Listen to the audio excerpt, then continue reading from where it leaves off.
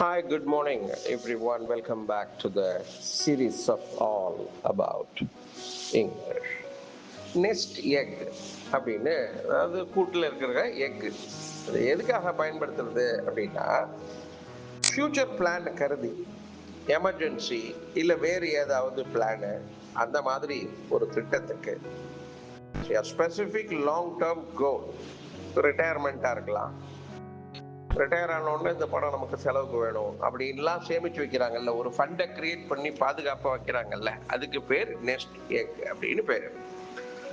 உதாரணம், she diligently saved a portion of every paycheck to build a comfortable retirement nest egg. அவளுக்கு வர அந்த செக்கெல்லாம், காசோலையெல்லாம் ரொம்ப கரெக்டாக, ரொம்ப ஜாக்கிரதையாக எல்லாத்தையும் சேமித்து வைக்கிறாள். எதுக்கு என்ன, ரிட்டையர்மெண்ட் ஆனதுக்கு அப்புறம் அதை பயன்படுத்தணுங்கிறதுக்காக.